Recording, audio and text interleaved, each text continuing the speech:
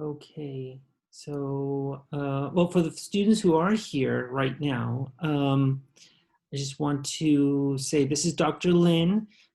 Dr. Lin is one of our microbiologists in the department. And how long have you been here at Cal Poly Pomona? Is this like your 21st year? Yeah. I Awesome. came in the year of 2000. I Oh, don't know if you guys are born or not. It's been some, a long yes. time. Time just fly by so quickly. Okay, well, thank you for doing this for us. This is, Mhm. it's going to be amazing for Uh, me to be able to do something remote like this during a pandemic and still do research. So thank you. my pleasure. Can I get to know the three students here a little bit before I start so I know what to gauge the level? Yeah. Mhm. Jump in, anybody? So, Edna? Well, what would you like to know, Dr. Lin? can you tell me your major and your year and what your interest in? So my name is Edna. I am a third-year transfer student, so I'm a senior. I'm a general biology major, but my interests have been evolution, ecology, plant microbe interactions, phylogenetics. Super. And next. Hi, my name is Alexandra. I'm currently working at my lab right now, and I'm really interested in microbiology. I work in a microbiology right now at a lab. So I just want to say hi, and I'm listening just through my headphones. So you are already in the lab. Steve, does she still need to do this? She's at her employment, so it's not a research lab. She's at her, where she's employed. Oh, Yeah. it's lab. Hi. That's cool. Thank you. All right. How about Melinda? I am a fourth year microbiology major, like a biology major, emphasis in micro. I haven't ever really done any sort of research, but I am interested in exploring the topic of research. And right now, I'm kind of interested in pharmaceuticals. Mm-hmm. And how that relates to the body chemistry as well as like biology, how that interconnects with that field. Okay, great. So it's great to know that you guys have a diverse interest, all related to microbiology or microorganisms. So I think this will be totally relevant.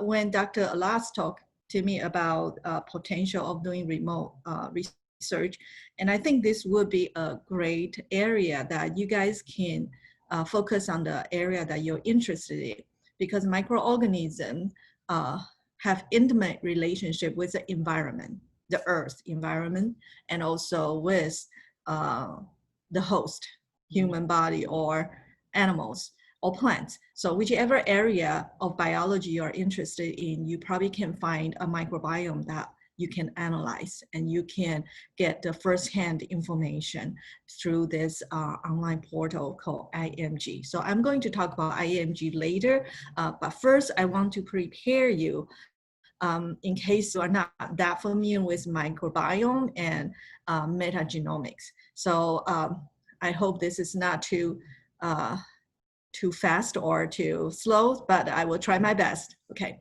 so first, we want to get everyone up to the page about metagenomics. So metagenomics is the study of a collective genome of microorganism community in the original environment, whether it is in the soil, or it is in the host, or it is in the ocean, or wherever you want to know in situ exactly what a microbiome look like. And this will allow us to explore further what their role with the environment or with the host.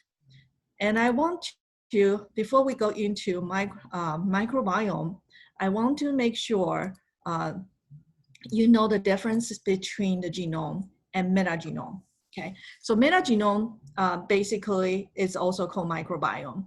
Genome is something you purify in the laboratory, and then each colonies here are clonal proliferation. So you actually only have one type of strain, one type of gene. So this is only one individual's pure colony we call genome. But if we have a genome of multiple organisms in the original environment that you are investigating, this becomes a metagenome because there are multiple microorganisms or any organism. It can be other organisms too, not just microorganisms, but majority of them that are invisible belong to the micro biome. So this is called metagenome. So you have more than one genome as a group, we call metagenome. And the study is called genomics. Okay, so let me just go to the presentation mode. All right. So, okay, let me show. Sorry, it goes so fast. My cursor okay. So metagenomic analysis actually started with the environment sampling or whichever sample site you sample, and then you analyze the DNA present in that specimen instead of culturing, which is the traditional method. It is because you can see a lot more data by doing this because many of the organisms, according to some estimation, we can only culture less than 1% of the prokaryotes. So the rest of it is not culturable. So in a traditional way, you have to grow the microorganism and then study them. And that you are missing the majority of what's happening in the environment or in the specimen you are analyzing. So in order to recover the whole thing, as shown by this, you want to study the culturable and also the unculturable, or see the whole picture of it. You can use this culture independent method, which is the metagenomic method. All right, so the number of microorganisms, I just put that, I thought that was the interesting fact. Down the earth, there are 10 to the 30 microorganisms estimated. Their total number of species is more than 1 million to 100 million. So that's enormous number of life in different diversity in there, but we never get to study a fraction of it. Just by looking at human body, we have more than 10,000 different species on each individual. And then the number can go to 10 to the 14, which is 100 trillion cells. So there's a lot of microorganisms in the environment and in the body that waiting for us to explore. So this is how, that's why this is a very exciting field because the sequencing technology are much more mature right now and much more affordable right now. So this is like an explosive kind of area that generate a lot of very interesting data. And so basically the data was collected by collecting the specimen, you extract for DNA, and then you sequencing the DNA, everything in the DNA. And then start bioinformatic analysis. Okay, so because what I would propose for you guys to do is to gather the publicly available metadata, metagenomic data, and then start to analyze it. And you can ask your own question. And so this software portal called IMG allows you to do that on the data they already published in there. And there are thousands and hundreds of thousands of data set in there that you can mine the data and you can ask very interesting questions. So before we get into that, because when you look at the sequence, you will probably see a lot of terminology. So I want to start with some of the general DNA sequencing technology and terminology very quickly, okay? So I don't know if you guys are familiar with this, and Dr. Alas probably is. For me particularly, old generation, Sanger sequencing is probably the most commonly one. It was probably the first one. And so it didn't say the first generation, but basically it is the first generation sequencing. Basically, you have dideoxy, NTP means nucleotide, and then labeled with different fluorescent color, and this serve as a terminator, chain terminator.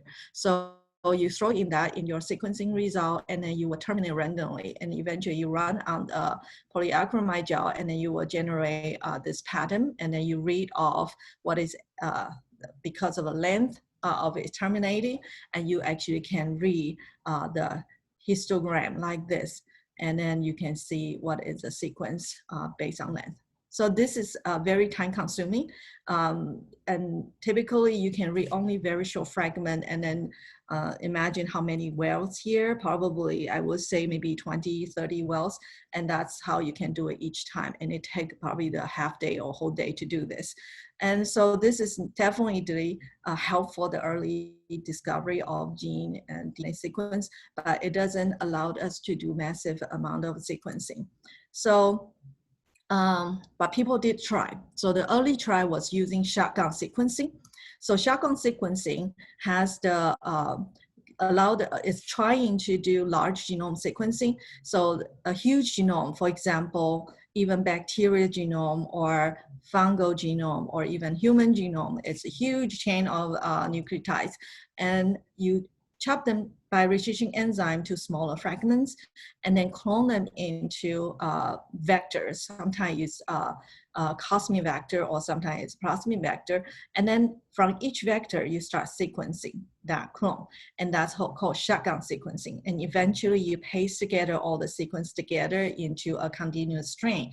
And that's how the sequencing is. And this is how our first human genome project in early 2000 was published, which was a breakthrough, that nationwide, worldwide publicity. It was done by shotgun sequencing. And this is a very slow process, involve huge amount of manpower to generate. So after that, because a lot of money thrown into sequencing, because we start to reveal human genome and a lot of genome, and we reveal a lot of interesting scientific discovery. So people spend a lot of time and money to reinvent the sequencing technology. So this cluster of platforms generated, we call next generation sequencing. This allow high throughput sequencing. That means simultaneously they can sequence thousands of genes or reads at the same time. Unlike the Sanger sequencing, if you remember the polyacrylamide gel, that take a long time to do. And then just by pouring the gel, it take a long time. But they do later have a capillary method, speed up the, make it easier to do. But no matter what, the high throughput one actually win. And this is an example. Illumina is one of the famous one. But there are also PacBio, there are also 454, many other technology. Collectively, we call next generation sequencing. No matter what, they have high throughput mechanism. So this one, basically you have to prepare a sample and then generate a cluster. So each cluster is clonal expansion. If you look at the right hand, can you guys see my cursor? Yes? My arrow? Yes, okay. So if you look at each cluster, which is an amplifier of single clone, and from each cluster, this is on the flow cells and thousands of wells on there. So you can, each flow cell will be one single clonal reads of the sequence. And by repeating that and over, you can read hundreds, thousands, or millions of sequence of the sample. And you can label the sample with different colors, so you can spontaneously label maybe 10 different colors, and then you have 10 times more sequence than that. Okay, so this allowed us to put together things that's very fast and very easy and very affordable. And then all the data we will be analyzing will be mostly generated by the next generation sequencing, and we call NGS. And I just want to touch base on the 3rd generation sequencing, which is coming out recently. And I just want you guys to know, because personally, I think this is really cool. So basically, this is out of the Oxford University called Minion. So they have a membrane, artificial membrane. They put a transporter in here, and I don't think they reveal what their technology is, but I bet this is some kind of bacterial, either conjugation or transformation transporter that can take up single-stranded DNA. So it's by the protein itself, it take up single-stranded DNA. Whenever the DNA coming in, because of the bases are physiologically different, so they measure some kind of current going through this translocation protein. So the current will reflect the ATCG. So based on the reading of the current, they know now by timing or kinetically, they know what is the timing of the sequence. And this has an advantage of they can read indefinitely long strain of DNA. That saves a lot of time of assembly together. So this is definitely some technology that people really looking forward to it. But currently the fidelity rate is a little bit low. I heard that it's like every 100 base, you will have 1 to 3 mistake in there. But if you do multiple, some proponent for this technology said that you can actually sequence maybe 3 times to to overcome the mistake, because then you can get a majority that's sequenced that way. Okay, so this is definitely out there, and then many people already tested, and it only look like the size of your cell phone. And you can bring the device to the field and to do this. And then you just need to load it in there, and then it can read on your laptop. And then as it reads, you will see the sequence shine up, different sequence light up. It's very cool. I saw the demo one time because my lab and collaborator was one time want to buy this. And this is very affordable. It's like $1,000 each piece. But the reagent itself is more expensive, but the unit itself promotional, because they want everyone to use it. So they make it very cheap. All right, so anyway, just to let you know, there are some terminology you probably will read when you are doing the analysis. So when each of the DNA sequencing result coming out, each piece of DNA we call read. Okay, and for Illumina, which is the most popular next generation platform, the read is only about 50 to 250 base pair, whatever. So that is the short distance. And if the read going through the pipeline or the program to paste them together to find the neighboring strain and then paste them together, and they can form a short segment, a little bit longer than the read, but it's also fragmented. It's called contig.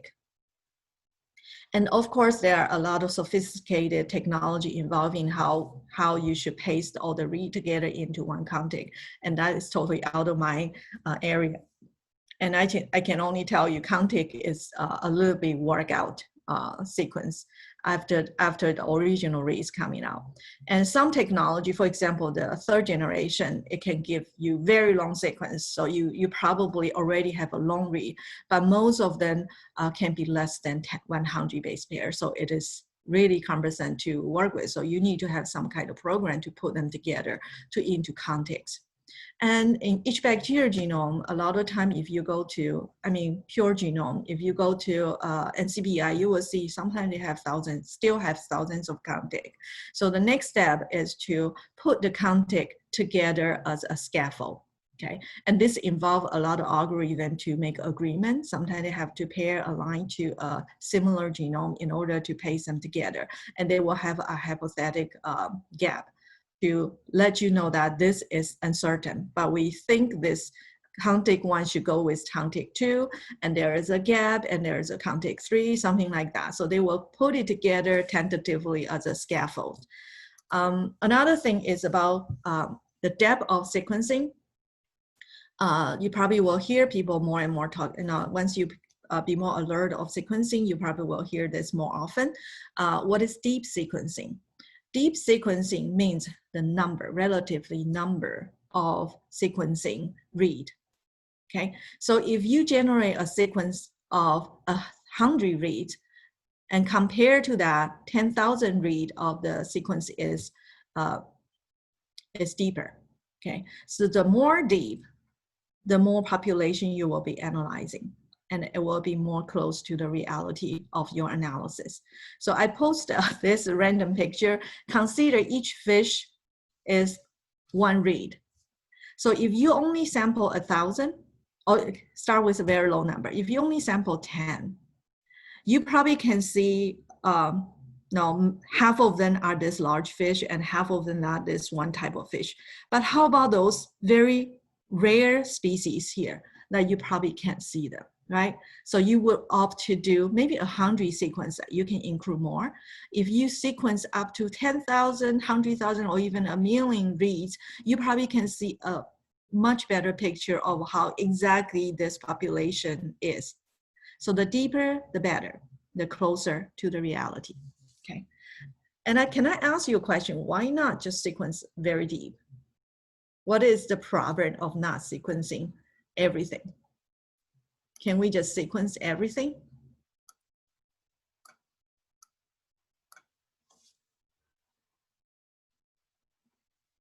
Anybody? You can type also. Think about that. Okay.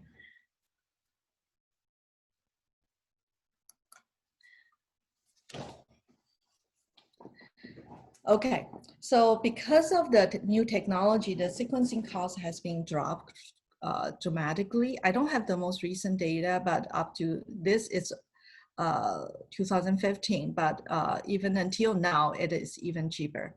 Okay, so that actually probably answered my previous question. The deeper it is, the more expensive it is. So for example, you can sequence about 10,000 read. So when you prep a DNA sample from the environment, you can send it all for a sequencing facility to help you do the NGS. And you can ask for deeper sequencing, or you can ask for normal sequencing. So for 10,000 read, a few years ago, we pay about $150. And they say if you want to do 20,000 read, it costs me double of that price. Okay, but last year or earlier this year, I asked the same company how much it costs for 10,000 read. Oh, they say their 20,000 read is less than $100. So just by 3 years ago versus 1 year ago or this year, it's already cheaper. And also you can read more, you can read deeper with less price. So that actually really help out the whole scientific community, especially the microbiome analysis, because you usually have a huge number of sequence. Okay, so because of this affordability, I think you probably heard of this or probably already did this. Have you heard of 23andMe? It's totally affordable. I think it's about less than $200. You can do your own genome. They actually sequence your own genome. Basically, they use NGS, next generation sequencing, to create that. And since, oh, Emily said you just did that. That's great. I also did it. It's so cool. It's so interesting, right? And can I ask you guys, is 23andMe give you genomic or metagenomic data? I just want you to know the differences between genomic and metagenomic. Would it be genomic? Yeah, because? Because it's only, I guess because there's only one sample size, I believe so. Not because it's one, they only sample our own DNA, right? Right. Only one individual. We are not sampling the microbiome, right? Right. Yeah, good answer. Okay, but actually later I will show you, actually their company do the metagenomic analysis also. Okay, so let's talk about metagenomic application. So basically, you can survey what gene are, what species are. You can also analyze what the gene do. So first, I want to I want to go through a few applications that you can that people use the metagenomic analysis. The one that's very famous is the Human Microbiome Project, or HMP. When you analyze IMG data, you will also see HMP frequently because a lot of data also come from the Human Microbiome Project. This is an NIH-funded project starting in 2008 for 5 years and generate enormous and very useful data. And basically, they survey 5 different sites on healthy human. And they say 300, but if you look at their website, which is here, there are thousands of them. And also they have repeat data. So when you analyze, you can also follow the same subject and over time. That can be another very interesting aspect of a good designed project. After 2013, they find a great use of this technology and data area. So they actually created integrated human microbiome project. It is up until now, it is still running. They actually correlate microbiome and disease. And this is very interesting and then help us understand a lot of things. So for example, this is one of the earlier study that you can see this different color represent different microorganism family. And you can see the normal weight. This is comparing the different weight. Normal weight individual versus obesity individual versus the one that has the post-gastric bypass. And you can see the population are pretty distinct from each other. So if you cluster all this 9 sample together, I mean, and analyze the cluster of that, it almost, I'm pretty sure these 3, the bypass patient will have the same cluster. They are very close to each other. And you can see the transition of different microorganisms. And for example, if you look at Clostridium, it's in the normal weight, people have a pretty large number of Clostridium versus the obesity have less. And you, of course, you can do statistical analysis to show. And also the bypass patient has a bunch of the gamma proteobacteria. And gamma proteobacteria include the E. coli, Enterobacteriaceae, and many of the commensal, but also have a lot of pathogenic microorganisms. So apparently the post-gastric bypass even saved the obesity from the overweight problem, but apparently they encourage some other microorganisms, which may not be overall healthy things to do. Okay, so this actually now have a lot of open question, a lot of interesting fact, and also a lot of open question. So I think that involve animal study and to prove the concept of which organism is better for your gut or for your obese, for people's obesity situation. So you can tell by just looking at this one small number, very small number of sample, you already can see a lot of interesting facts. And imagine that there are thousands and millions of sequences out there that people are sequencing. And you can also analyze the function. So this is, on the top is species diversity and based on different sites. So for example, this is like a nose skin area. And this is, I think the first few are all skin. And then you have tongue area, stool, and you have other area. So this is a different body size. And then you will look at the function. So on the bottom is the function. And on the top is the microbial diversity. So they seem to have some kind of trend. So you probably can, if you get the data analyzed to a lot of number, there probably a trend of healthy, a healthy skin, a healthy stool, what it's supposed to look like versus a disease one. So that's why it trigger moving into the direction of correlating the microbiome to the disease stage. Okay, so this is also very powerful by analyzing so many people. And if you see the each block of the area are different individual, they put it together. So this is how you know, looks like there are hundreds of individual analyzed in this study. Okay, so this is a quick one. This is actually my lab. We actually at one time worked on the microbiome by this packaged ice product.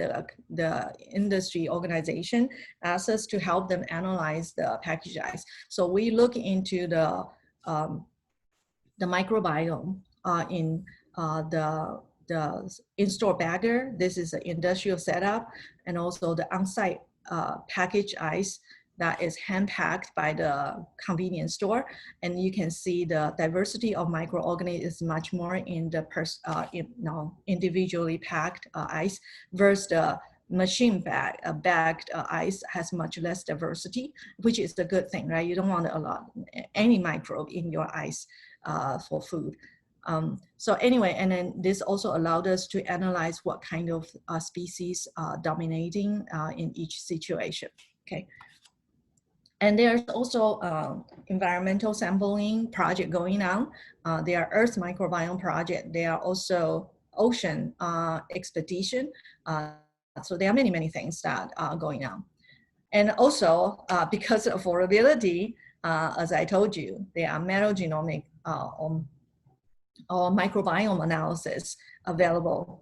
I think there are 2 or 3 companies. This is one that's Stanford-based, uBiome.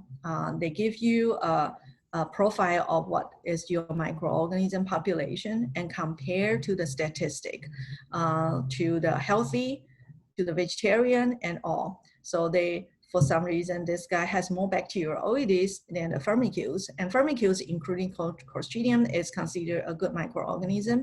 So you want this blue area to be bigger, like a healthy one. So this guy, this person particularly, may need to improve his Clostridium, maybe adjusting the diet or have some probiotic. So this is all become very personalized, and then in the future, we will see that we probably can use for sequencing as a diagnosed or personalized medicine. Okay, so that is about the background. So I'm going to talk about the metagenome analysis using IMG. So I think it's 1:30, so it's about time. So IMG is the maybe in the next, but let me introduce this slide first. Okay, so when you analyze the metagenome, you can do the species diversity, we call phylogenetic distribution. This involves analyzing the 16S or 18S ribosomal RNA gene. And because each species may have more than one type of, because this is an evolutionary marker, they are conserved within their species. But sometimes the species may not have just one type of 16S sequence. They may have slight variation. So in the sequencing metagenome analysis, we don't use species. We actually call OTUs. Okay, so OTU represent one type of evolutionary sequence. Evolutionary output of 16S or 18S sequence. So operational taxonomic unit. Okay, you will hear OTU pretty frequently because some species, for example, Saccharomyces cerevisiae, the one that making beer or making bread, they actually have a few OTUs under that because they have different evolutionary diversion to that. So then instead of calling species, we call OTU, right? But from that, they will also give you data about the abundance. That means how many of this particular species. It can also help you analyze the genome, cluster them together to see are they similar or distal from each other. You can also analyze genes and pathways in your metagenome. That means all the microbe, what kind of gene they produce, what kind of pathway they have. Okay, so they give you a lot of power to analyze. And so this is IMG. IMG is Integrated Microbial Genome, and M stands for microbiome. Okay, so IMG site allowed you to analyze genome as well as metagenome. So this is what IMG itself sequenced from JGI. JGI is Joint Genome Institute. It is in Walnut Creek in NorCal. It is part of the Department of Energy, and it's probably considered the top sequencing facility. They also involve in human genome sequencing. And in American, their top two sequencing Genome Institute is JGI and J. Craig Venter Institute. So those two, J. Craig Institute used to call Tiger, is on the East Coast, and JGI is on the West Coast. So they in-house, they do a lot of sequencing project. So this is the portal they use to analyze their sequencing project. And their sequencing project include genomes, bacteria, archaea, eukaryotes, and viruses, but they also include metagenome. Okay, so this is the number as of yesterday, the number of genome project they have, over 10,000 project. But they also include others that submitted to their website, so it's 20. Of course, if you go to NCBI, which is the United States Biotechnology Information Center, they have 10 times more or 100 times more, but they cannot allow you to analyze the data. You have to export the data and find your own tools to analyze it. So for this research purpose, I think it's better we just stick to this 20-some thousand data set and we analyze it, okay? And the tool we use is the N. N is metagenome, but actually it probably also work for the genome. So it's very critical that you only do the metagenome, and I will mention that several times later. So these are the main tool link that we do. And if you log in, for example, this screen has my login, you will see your genome, your cart. That's where you find your genome and then you put into the cart, okay? Their functional analysis, that means what are the genes function. They group into several different families. So you will hear this terminology. I don't think you need to get into the detail of how they create their function, but basically these are different organizations that cluster the protein based on function. And these are the full name of it. And this CAG is famous for the pathway analysis. Anyway. Another thing, reminder is whenever you look at their data, they will give you option of gene counts or estimated gene copy. Gene counts means how many reads that has this gene, okay? So the read can be random place because that's how the sequencing technology is. And so in fact, they only have one copy, but they may generate 3 reads here. So in this case, they will count as 3 times, which is overcounted. So you want to use the estimated gene copy. So they will collapse the 3 and normalize it to 1, okay? This is just the basic idea of it. And I don't know enough of the algorithm to tell you how exactly they did it. So whenever possible, use the estimated gene copy. That's my bottom line here. So for today's project, for the project, I think that Alas will be your lead for making decision. This is my proposal. So I think what I would envision is you guys can do some background study and build your hypotheses of what you want to learn from the microbiome, what you want to dig into the microbiome to answer your question. And when you look into the metagenome data set, I recommend you not just use 1 or 2 sets to compare these two, which can be done in a day. And I think research project require number statistic. So you cannot just use 1. So I suggest each data set, you include 5 to 10 metagenome data to represent the repeats, right? So if, for example, if you want to analyze the microbiome between skin and gut. You probably want to have 5 sample set from the skin, different human skin or animal skin, and then 5 sample from the gut. And then you compare them together. And that allowed you to build a better outcome and hypothesis. And I also suggest you to include 1 or 2 variable.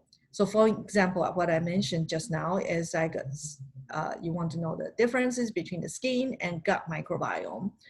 So you have 1 variable, which is the body size. And you can also include gender. For example, female and male. You can separate them and see, is female different from male on skin or on in gut? So this is something you can come up with. And then analysis, I would suggest you guys first look at the phylogenetic and species distribution, the abundance and diversity of the microorganism. And second, look at the function, which include individual genes. So you can say, okay, I believe skin have more antioxidant gene because most of the microbiome on the skin probably have to face oxygen, so they must have more oxygen detox kind of enzyme compared to the gut microflora, which is anaerobic or more. So you will find more function in a different pathway. Okay, so and as far as the whole output, I would say you have to include some of the background analysis and some of the conclusions, so make it a very nice project at the end. And then hopefully it's presentable at scientific meetings. Okay, so that's my proposal. And I really want you to be creative on your hypothesis. I will show you an example I did at the JGI workshop, okay? So in case some of you feel not so clear on what this study can do for you, okay?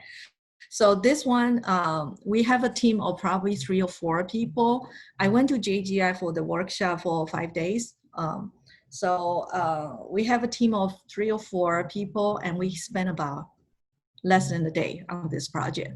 But I think you guys should do a lot better than we do. But let me show you what we did. Okay, so our hypothesis is the taxonomic and functional diversity will be observed in different body parts, but not the microbiome from the same body part. So that we mean no, different individual, they should even they are different individual, but their skin should be similar, their gut should be similar. And we also want to hypothesize that gut microbiome will harbor the most number of virulence factor and antibiotic resistant gene. We think antibiotic resistant are most prevalent in the gut microbiome. And let's see whether we are right or not. Okay, so we have 10 metagenome because we only have about less than a day to work on this. So we only did 2 sample per site. And then we have nose, ear, saliva, poop means gut, and vagina, right? And then this is a general information you can generate. And by the way, I put in, this is for your reference because when you go into IMG, this is where I get this data. So I type in specifically tab you should click in order to get this data, this type of data, okay? All right, so you can get a general outcome. Are they similar in GC content? Because different bacteria have different GC content. So you can see there are some differences. And you have 5, if you choose 5 from each, you actually should do a statistic on that. That would be more scientific relevant, okay? And here we only did 2, and we don't have time to do statistic. Okay, the second one is to generate the phylogenetic tree. And because their species is enormous, so it's very typical for metagenomic analysis, people use radial tree because that allowed you to expand and shrink easily. So and you can also select different level, whether it's at the phylum level or it's at class level.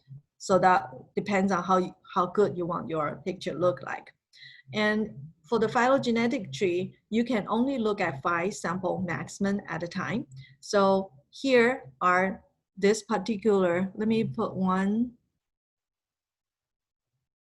Okay, for example, Acetobacter. These are the 5 specimen I put in, 5 different body size. And each bar, if you can look at this detail, there are 5 bars in there. These are the 5 column showing the abundance of this organism in each of the sample. And you can see they have a lot of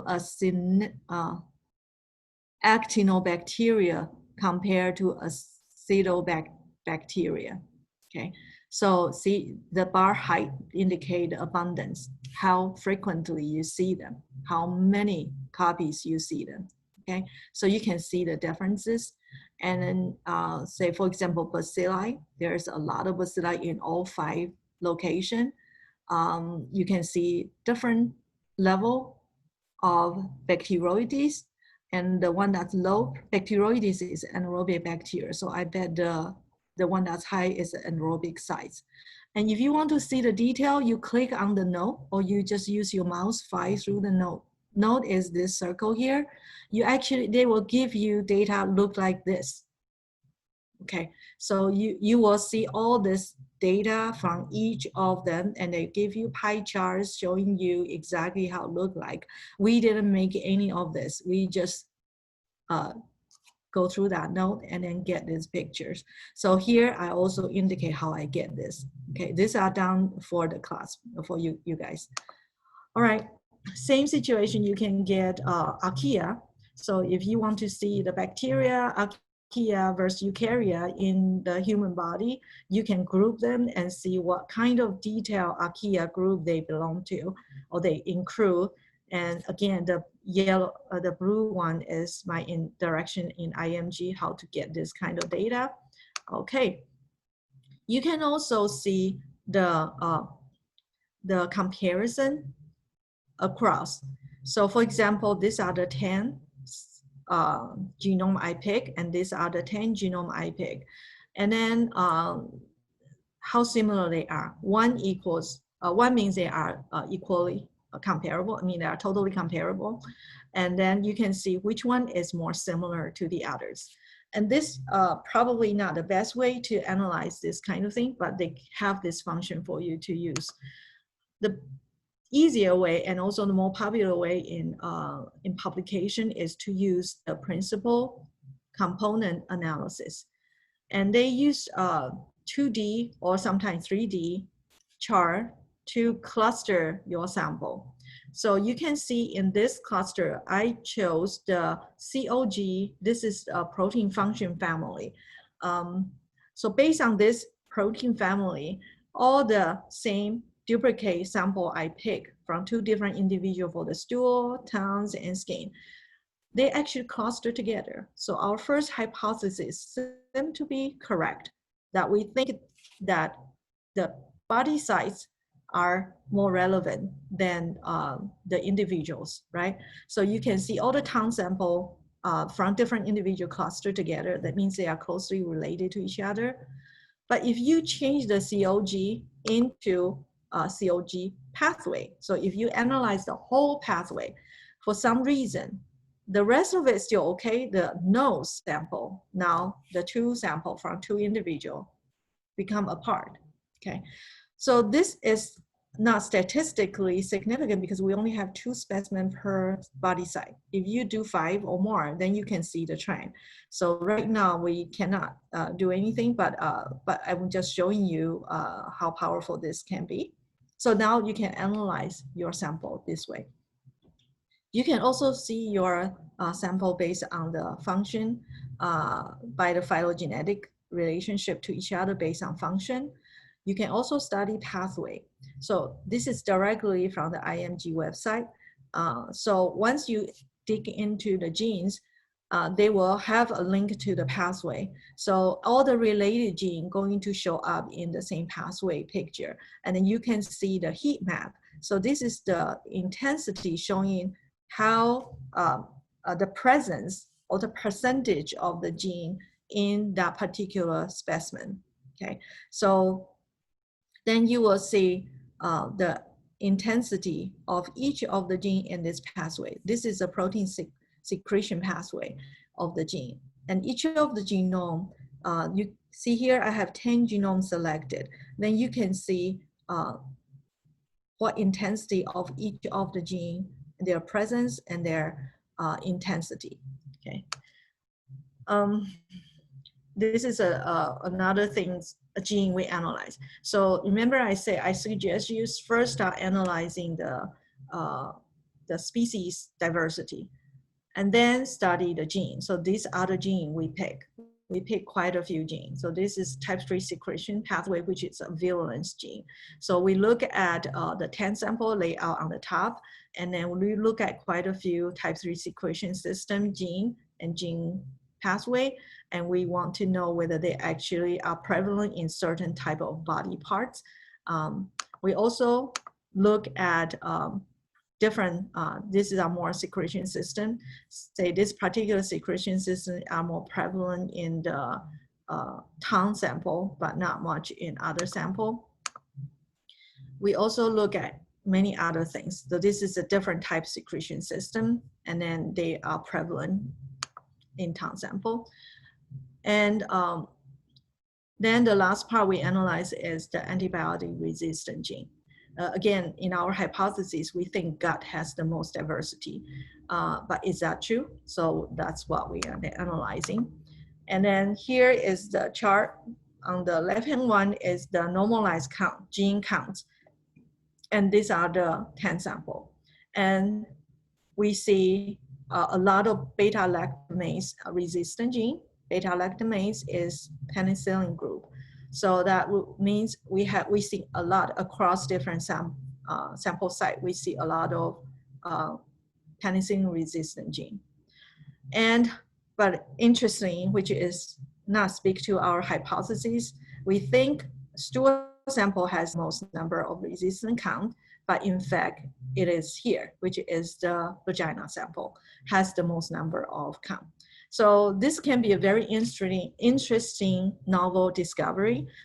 If we have a lot more sample, then we actually can publish the data if no one else finds this. So, so that's why I think the IMG tool allowed you to generate innovative or new data that can be contributing to the scientific value.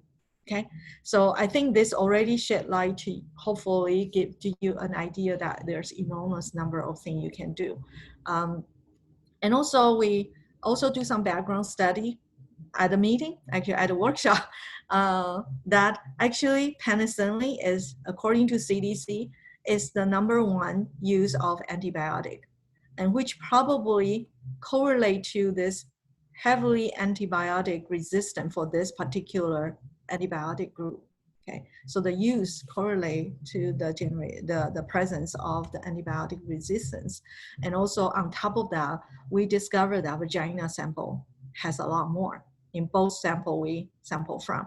And if we have 100 sample for each of the body site, we probably can generate very specific and significant data from this. Okay, so then this is our conclusion. Okay, so this is basically what I have for you guys. If you have any question, let me also show you an instruction. I know time is almost up.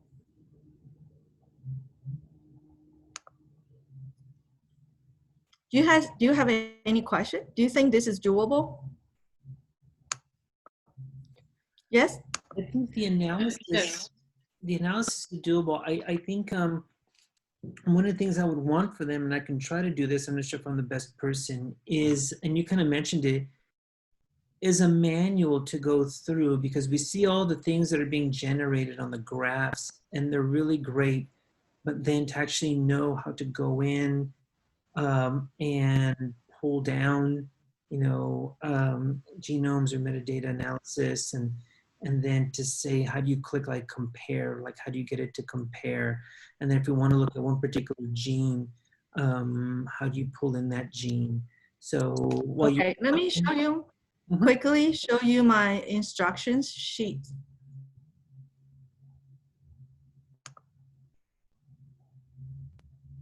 Can you see this Word file? Yes. Okay. All right, so this is my handout for you. So first you need to set up your laptop. Okay, go to this website, create account.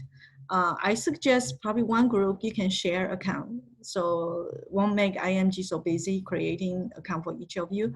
But if we only have 7 students, right?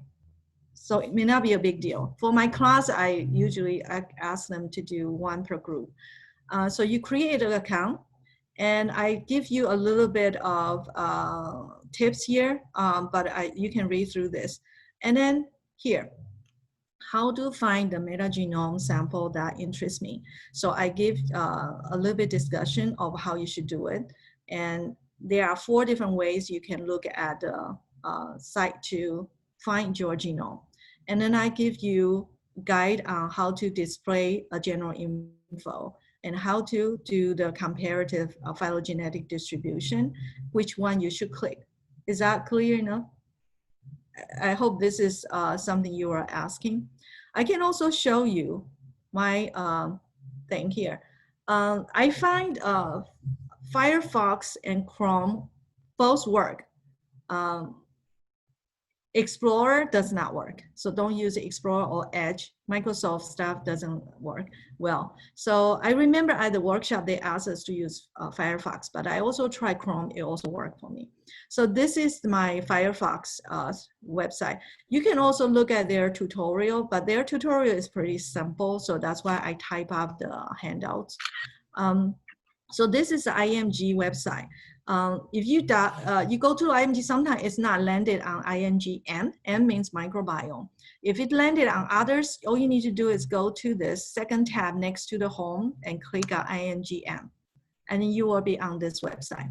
Okay, and then you can log in. I don't know why my genome card disappeared. I used to have 11. I just did 11 once here. Okay, anyway, you can look at here. And then the way you try to find the genome or study the genome. So I suggest students, the first task is to come up with some rough idea what you want to do. If you have no idea what you want to do, first go over all the project they have. So did you see this metagenome project here? Okay. So on the home page at the bottom here, they have on the left-hand side is the environment. It says engineer, that means main created condition.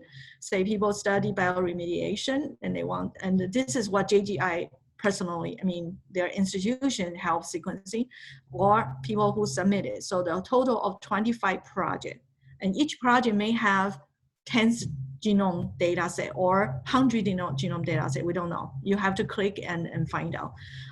Environment means they sorted by air, aquatic, terrestrial, or some unclassified, or host associated. So for example, human, JGI is a Department of Energy, so they are not specialized in human genome. So you can see they only sequence 6 project, but there are a lot of people deposit in their places. So you have more than 3,000 metagenome set. So all you need to do is click here, and it will give you a list of genome, okay?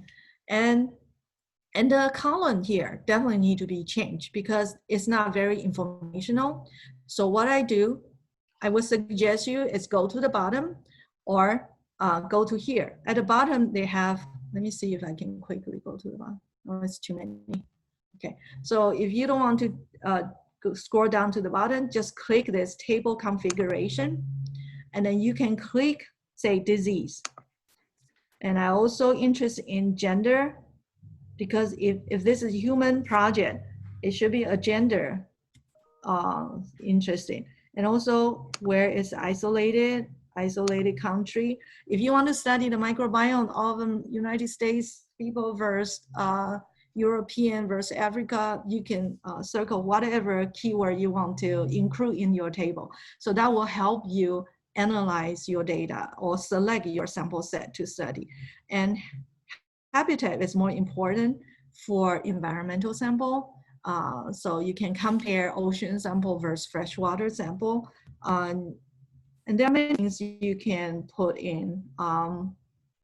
I cannot find a gender, but I know host gender here. Okay. All right, then all you need to do is say redisplay.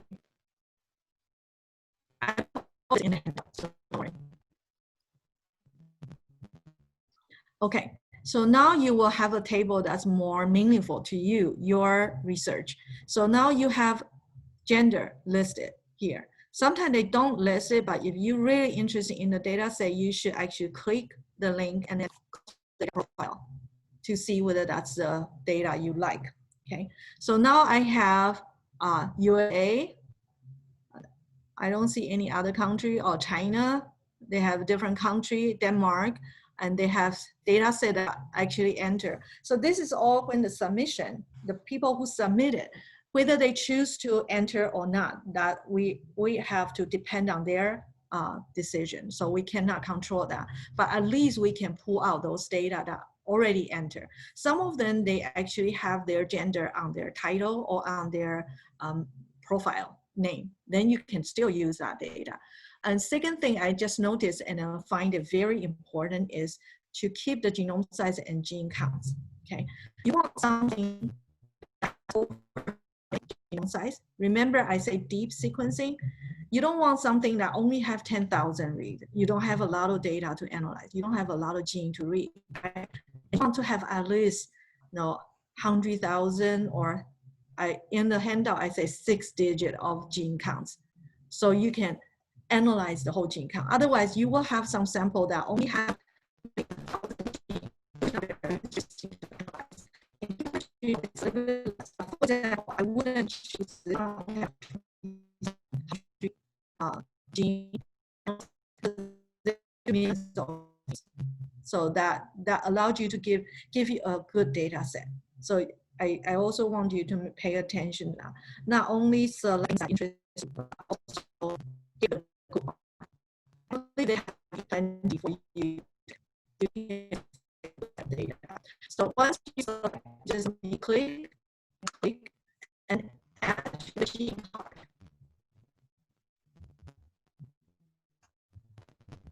So now my gene card is genome. And from there, you can do all analysis. I don't think we have time to do analysis. I want you to analysis take long. So this one take more and because they have so much data, so I run it before the workshop. So this is what I did here. I go to down here, and I select the file analysis.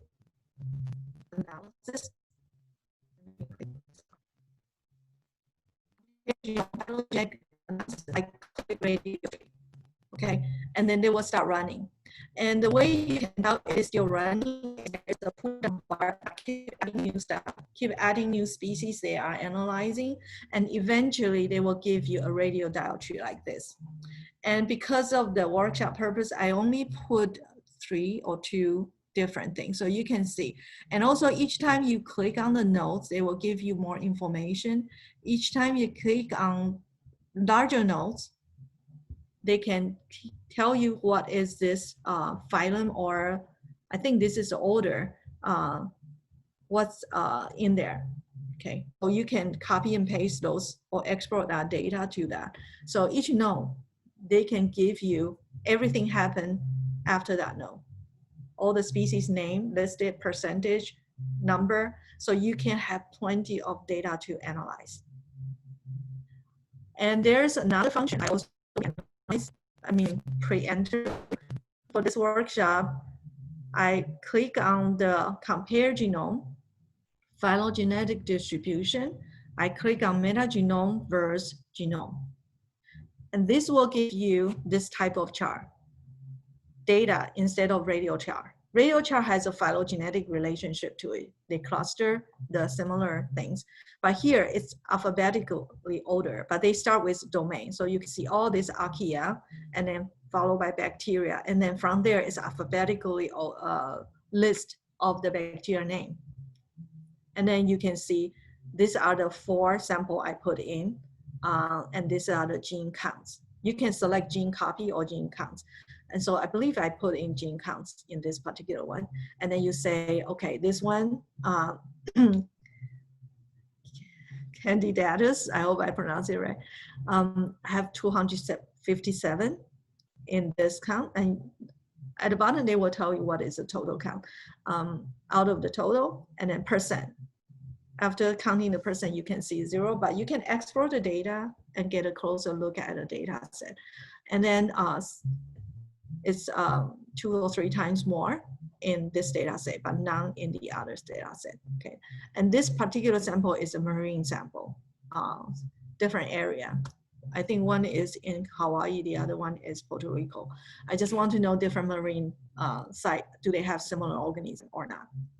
So pick at least one variable so you know you can cluster them and have enough repeats so you can cluster them to see whether they actually have similarity or doesn't matter. Every ocean site on the world is the same.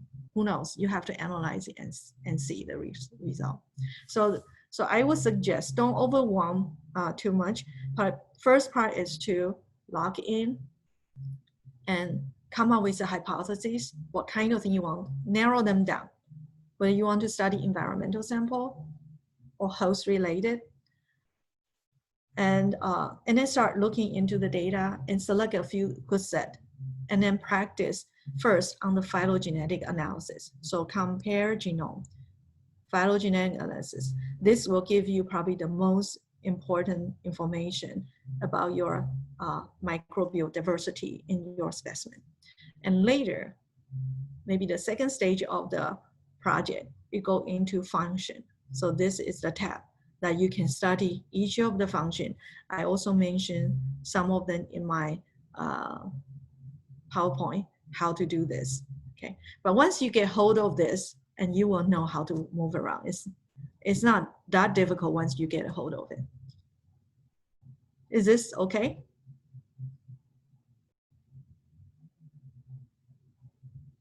I also can show you a couple other students' idea, and I think totally cool. I can also share this with you. I block out the student's name, I believe. Okay, so one student study is from the past class that I offer this research for them.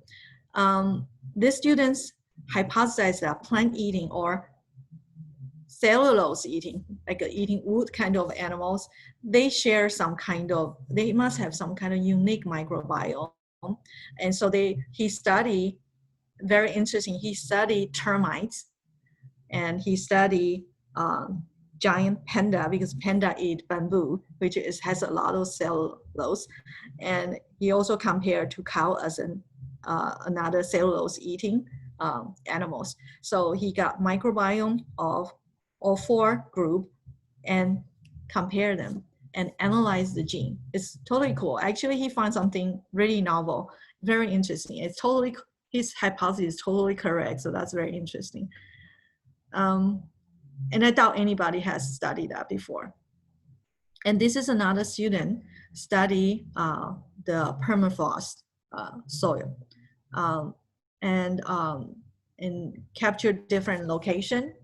And here is the compare in a different ecological site, how the soil microorganism is.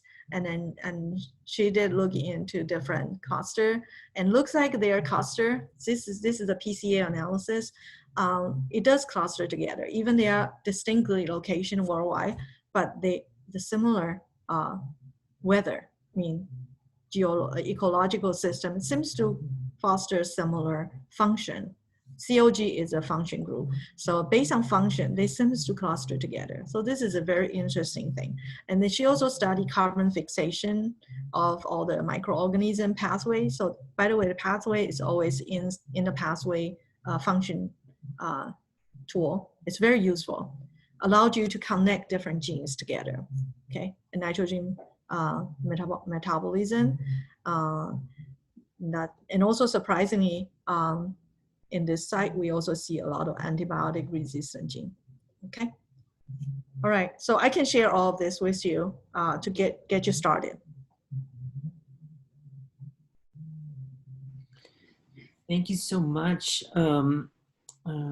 Wei-Jin. So yeah, if you could share that, and then not only that, because well, the handout in terms of how to go about navigating that website, I actually looked at it like it would be probably one of the most yes, that one, beneficial for the students.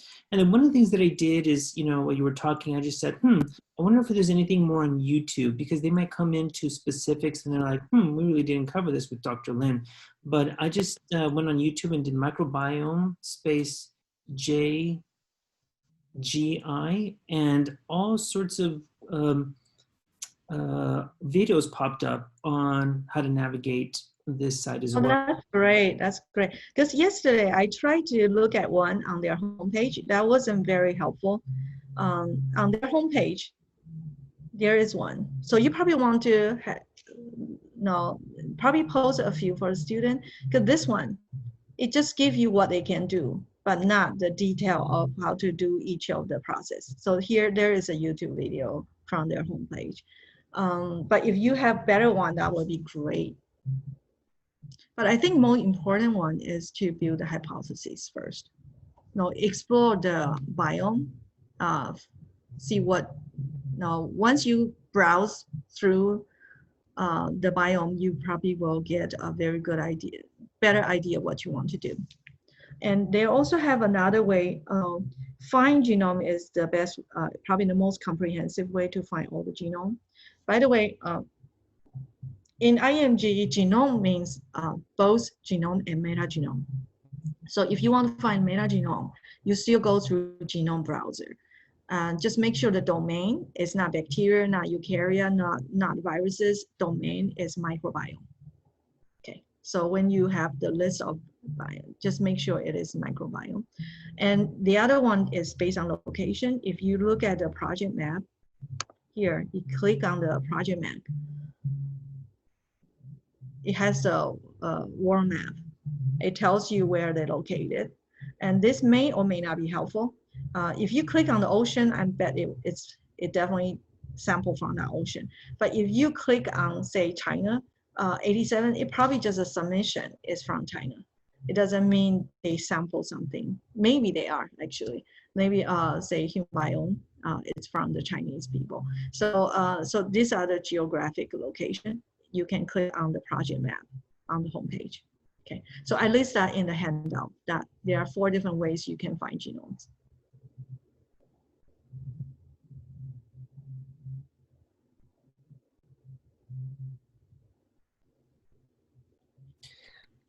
Okay, thank you again, Dr. Wei-Jin. So in the chat real quick, I'll put what my search was. I just did micro JGI.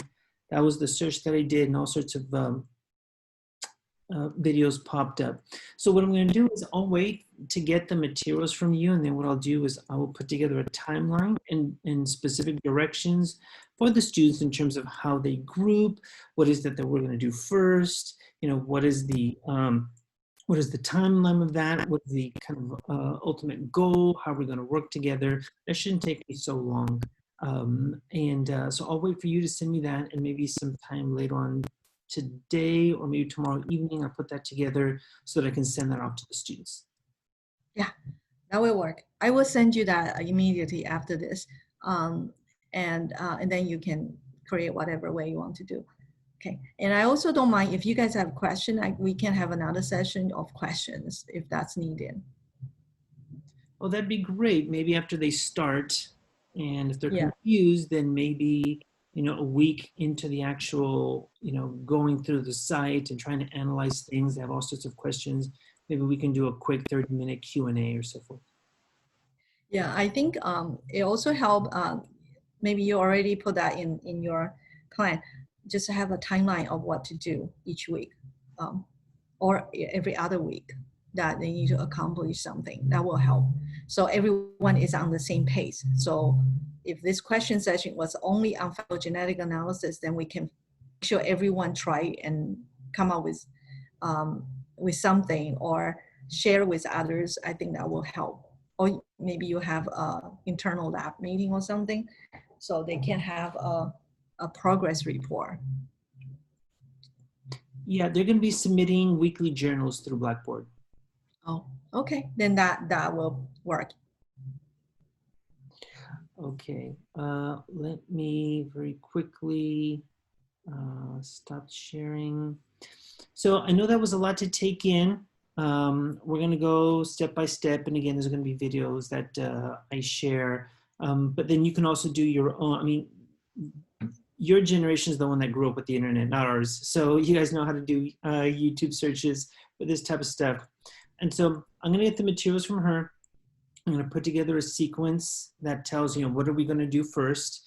And that's going to guide us. But in terms of what questions you have, and I think when we did our kind of one-on-one meetings, we talked about those things. Like, what are some of the questions that you might have with regard to human health that you can ask?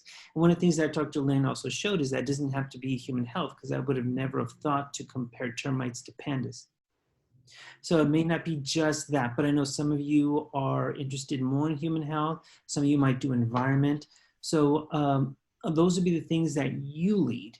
And if there's 7 of you, then yes, it's okay if one of you wants to work alone. I don't prefer that. But those will be conversations that you guys have in terms of what are some of the interests that you have going into the project, and then that way you can pair or be 3 or so forth. And so, but I'm not going to assign you. I think you guys should kind of group with regard to interest. That way you're a little bit more motivated about your question, as opposed to me doing that for you. And if you really, really want to do it on your own, that's okay. I don't prefer it, and we can talk about it.